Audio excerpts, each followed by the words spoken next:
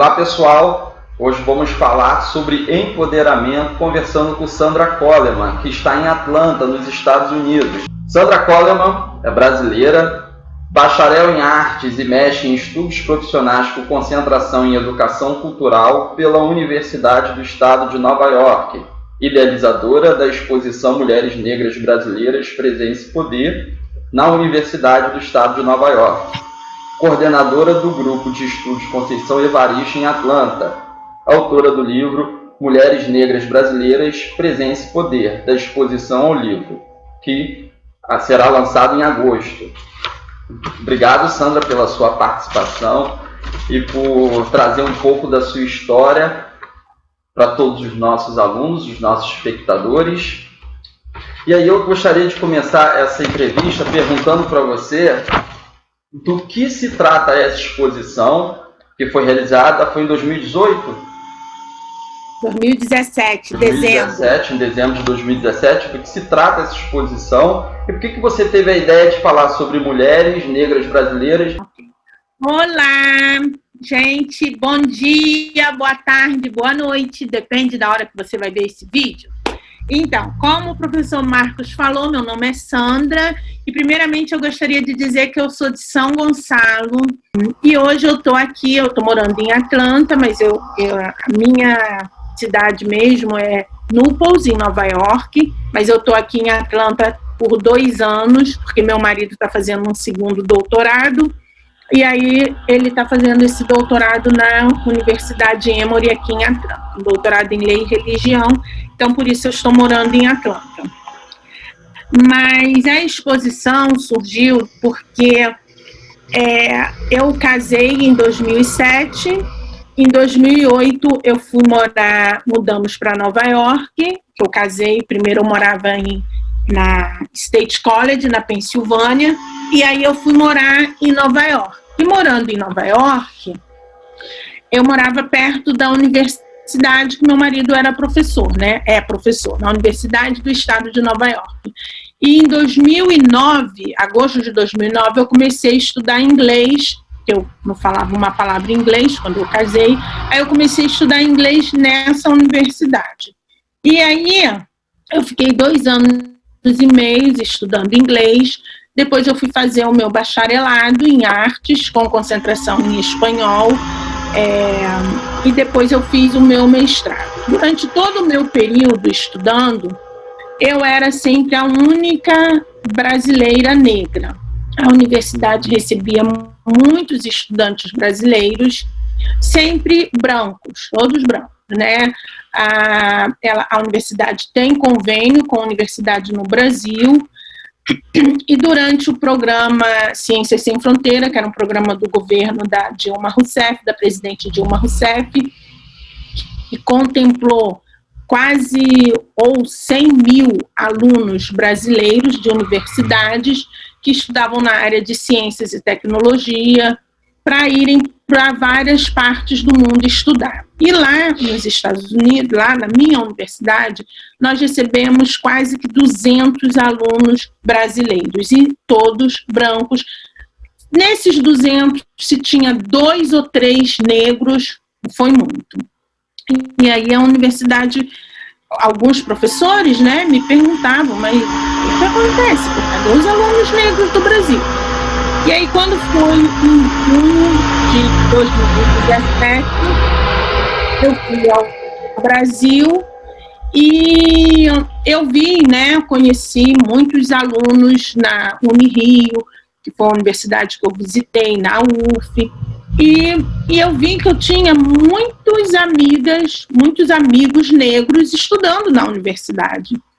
E aí, quando eu voltei em agosto, as aulas iam começar, eu resolvi fazer a exposição. A princípio, uma diretora, ela queria que eu falasse sobre mulheres negras na escravidão, porque normalmente os brancos, eles gostam muito de falar sobre o tempo da escravidão, mas eles não querem falar sobre o agora, sobre o que está acontecendo agora. E aí eu decidi, então, que eu ia fazer uma exposição para mostrar para a universidade que no Brasil nós tínhamos negros na universidade, sim. E aí eu foquei na questão das mulheres. E aí, primeiro, eu tentei as mulheres que são, não vou dizer famosas, mas as que são mais conceituadas, mais conhecidas, né? Tem uma juíza, uma médica, uma atriz. E aí, mas só que eu não consegui o contato delas, então eu resolvi fazer com as que eu conheci na universidade, que estavam na minha rede social.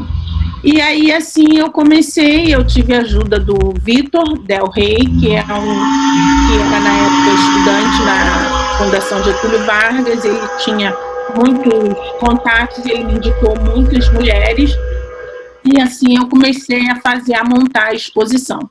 Só que eu usei o critério, tinha que ser mulher negra, 2, tinha que estar na universidade ou ter terminado a graduação, e 3, tinha que ter sofrido racismo. Então, se ela não me relatasse um caso de racismo, não poderia participar da exposição. E eu tive alguns, mas que eu convidei e que não quiseram participar, porque algumas disseram, para eu falar sobre racismo, eu preciso fazer terapia, e uma outra que me tocou muito, porque ela disse que ela era negra e que ela nunca tinha sofrido racismo, e aí ela começou a me relatar as coisas que aconteciam com ela na universidade, e era tudo racismo, mas ela não via, e eu pensei, não vou discutir com ela, deixa que lá para frente ela vai encontrar alguém que vai falar para ela que isso é racismo. Então, assim, eu comecei a exposição. Eu vou mostrar para vocês aqui algumas fotos. Por exemplo, a Alessandra Pio, ela é doutora em educação, né?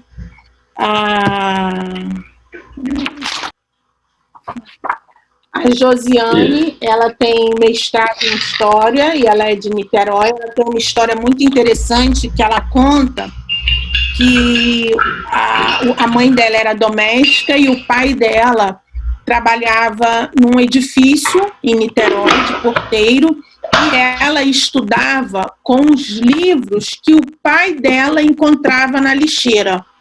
Eram os livros que ela usava para estudar.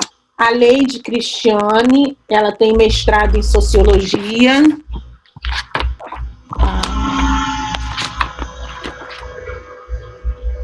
A Luara, que é de São Gonçalo, ela tem doutorado em História Social.